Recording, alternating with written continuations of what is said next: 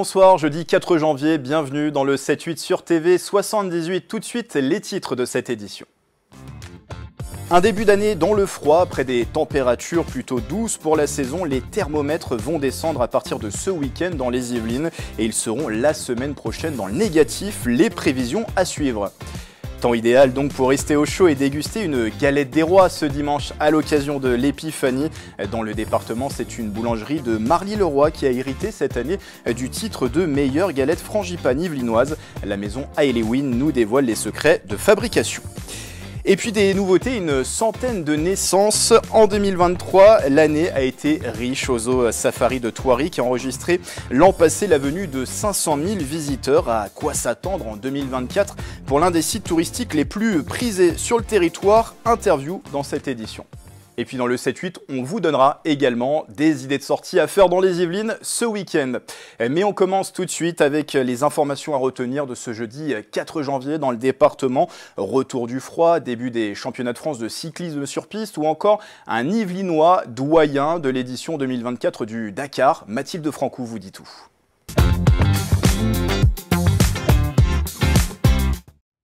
Les gelées matinales sont bien de retour dans les Yvelines. Le premier week-end de janvier sera froid, surtout à partir de dimanche. Météo France annonce entre 0 et 1 degré en moyenne sur l'ensemble du département.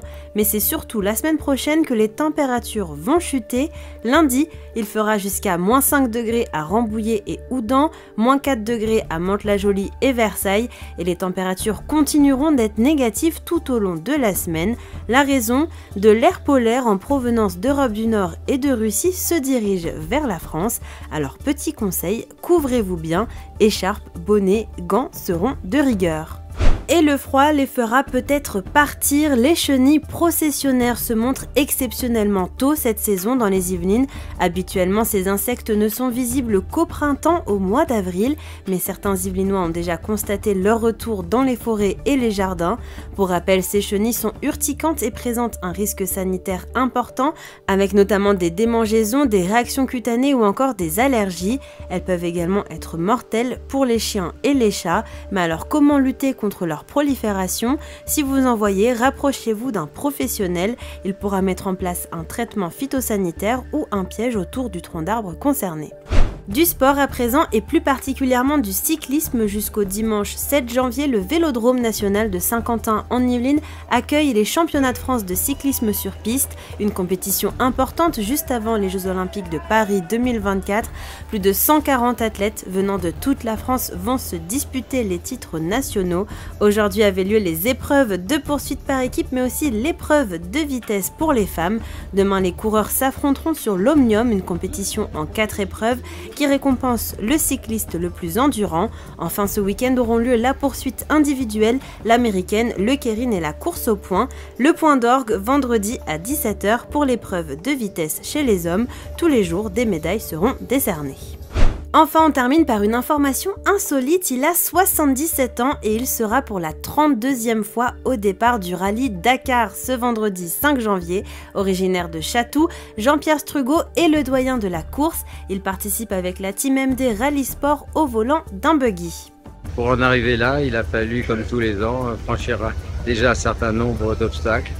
C'est-à-dire d'abord arrivé à un certain âge, l'aval du corps médical. Et puis surtout obtenir l'accord familial. Merci Marie de me laisser une nouvelle fois partir. Je sais que tu es un peu inquiète, mais il n'y a pas lieu. Je serai prudent et je vais assurer comme tous les ans.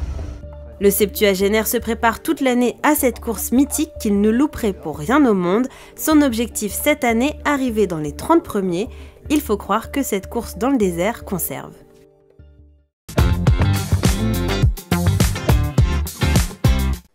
Les repas des fêtes passés, que revoilà déjà une gourmandise à déguster tout au long du mois de janvier. Et ce dimanche, à l'occasion de l'Épiphanie, c'est bien sûr la galette des rois. Dans le département, la boulangerie-pâtisserie Aelewin à Marly-le-Roi était auréolée en novembre du titre de la meilleure galette frangipane du département 2024.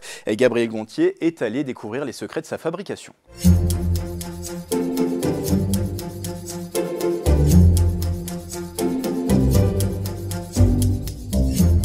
Généreusement garnies, dorées à point et surtout croustillantes, cette année les galettes Frangipane de la maison Halloween ont été élues meilleures galettes des Yvelines. Alors à quelques heures de l'épiphanie, la préparation s'intensifie. Bonjour, Jérôme et Jimmy Halloween, boulangerie-pâtisserie Halloween à Marly-le-Roi, élu meilleure galette des Yvelines 2024. On vous emmène avec nous pour la fabrication de nos galettes. Sacré pour la première fois cette année, les gérants ont mis les bouchées doubles pour faire face à la demande et tout commence avec une bonne préparation de la pâte. Et là, sous vos yeux, vous voyez, la pâte s'étale gentiment. C'est parti. Allez, c'est parti. Hop, tac. Donc là, on va venir détendre notre pâte. Voilà, le but, c'est qu'elle se repose un petit peu sur le plan de travail qui est réfrigéré. Voilà. Voilà, comme ça, elle se détend un petit peu. Ça va nous permettre de détailler des abaisses bien rondes afin d'éviter que les galettes ovalisent par la suite à la cuisson. Une fois étalée, la pâte est découpée. Elle sera ensuite placée au frais pour 24 heures. Après ça, place à la garniture à base de crème d'amande et de crème pâtissière. Quasiment l'une des dernières étapes, on vient poser délicatement le dessus de la galette. Étape du chiquetage, c'est ce qui va nous permettre de bien souder le dessus et le dessous ensemble afin que la crème frangipane ne s'échappe pas au four. Pour donner toute sa brillance à la galette, elle est ensuite recouverte d'une préparation aux œufs. Elle sera une nouvelle fois placée au frais pour plusieurs heures. Dernière étape avant la cuisson, le rayage. Il n'y a plus qu'à mettre au four.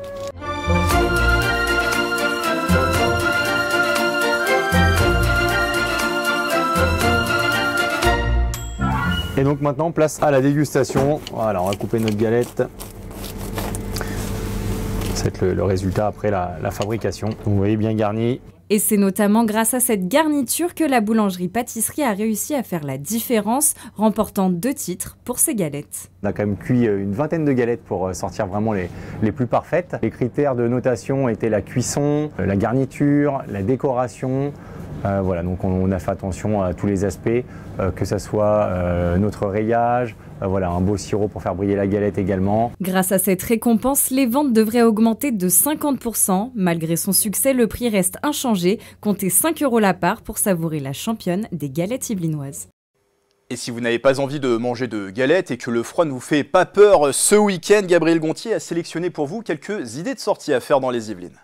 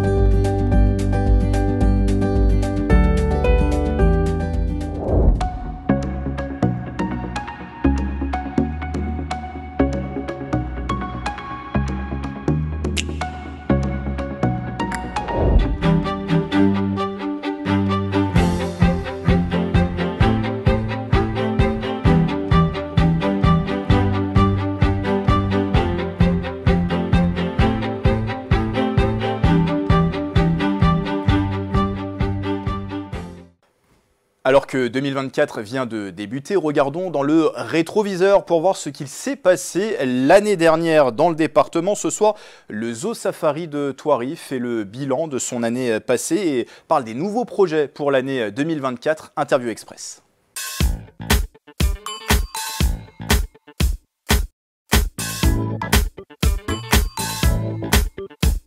Une année 2023 plutôt longue, compliquée, qui se finit très bien avec le Festival des Lumières Sauvages. Mais c'est vrai qu'une météo, des événements, et donc on a essayé de faire face toute l'année. Et puis donc le parc est resté complètement ouvert et a continué d'innover. Les naissances, plus d'une centaine de naissances, dont les ours, les oryx, les lions récemment, qui ont quasiment 6 mois, les 2 petites lionnes, et puis les lodges éléphants qui ont ouvert, avec beaucoup d'arrivées aussi. Il y a eu vraiment deux éléphants qui sont arrivés dans cette dernière année, qui ont complété le groupe, puisqu'aujourd'hui Ben, qui était tout seul, et aujourd'hui ils sont 3, et avec un nouvel enclos aussi pour les éléphants. On a eu plus de 500 000 visiteurs déjà, il reste encore quelques jours pour finir cette année 2023. On va être un tout petit peu en dessous de 2022, mais pas de beaucoup, pas de loin. En 2024, on travaille sur la circulation douce et ce sera le premier pas puisque les camions brousse partent juste après les vacances pour passer en énergie propre et devenir électriques. Et à partir du mois de juillet, normalement, les 2 camions qui circuleront seront complètement en énergie électrique. On a aussi une nouvelle zone d'hébergement qui va ouvrir sur les lots arctiques à base de Diglucraft. Ce sont des petites maisons en bois qui vont venir agrémenter encore plus cette immersion au cœur du monde animal. Et à partir de lundi prochain et pendant tout le mois de janvier, ce sont les maires de Saint-Quentin en Yvelines qui viendront sur ce plateau. Ils nous parleront des grands projets de leur ville en 2024, une année olympique, bien sûr. Avant de se laisser, jetons un dernier coup d'œil aux prévisions météo de demain.